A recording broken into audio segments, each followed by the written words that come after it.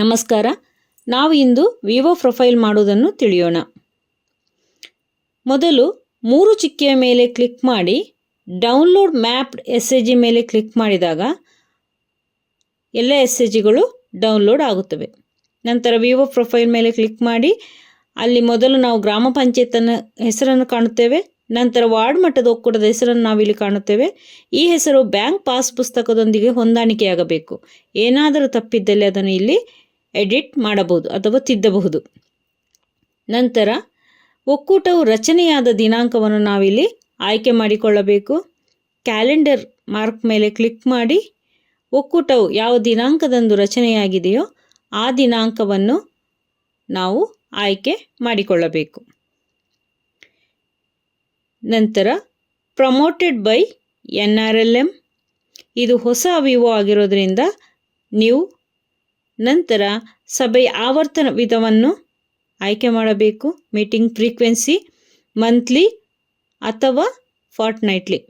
ನಂತರ ಸಭೆಯ ದಿನಾಂಕವನ್ನು ಆಯ್ಕೆ ಮಾಡಿಕೊಳ್ಳಬೇಕು. ಯಾವ ದಿನಾಂಕದಂದು ಸಭೆ ನಡೆಯುತ್ತಿದೆಯೋ ಆ ದಿನಾಂಕವನ್ನು ಆಯ್ಕೆ ಮಾಡಬೇಕು. ನಂತರ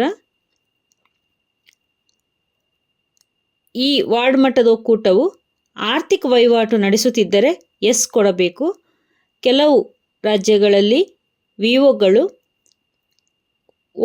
GPLFಗಳಿಂದ SAGಗಳಿಗೆ ಸಾಲವನ್ನು ಕೊಡುವಾಗ ವಿವೋ ಮುಖಾಂತರ ಕೊಡುವುದರಿಂದ ಎಸ್ ಕೊಡಬಹುದು. ಇಲ್ಲವಾದರೆ ಆರ್ಥಿಕ ವಹಿವಾಟು ಇಲ್ಲವಾದರೆ ನೋ ಎಂದು ನಾವು ಅಲ್ಲಿ ಆಯ್ಕೆ ಮಾಡಿಕೊಳ್ಳಬೇಕು.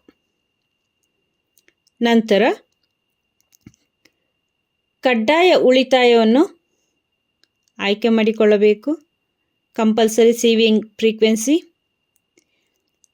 ಮಾಸಿಕವಾಗಿದ್ದರೆ ಮಾಸಿಕ, ಯಾವುದೇ ಸೇವಿಂಗ್ ಇಲ್ಲ ಇದ್ದರೆ ನೋ ಸೇವಿಂಗ್ ಕೊಡಬೇಕು. ನಂತರ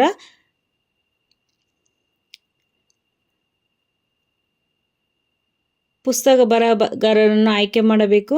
ಅವರ ಹೆಸರನ್ನು ಆಯ್ಕೆ ಮಾಡಬೇಕು.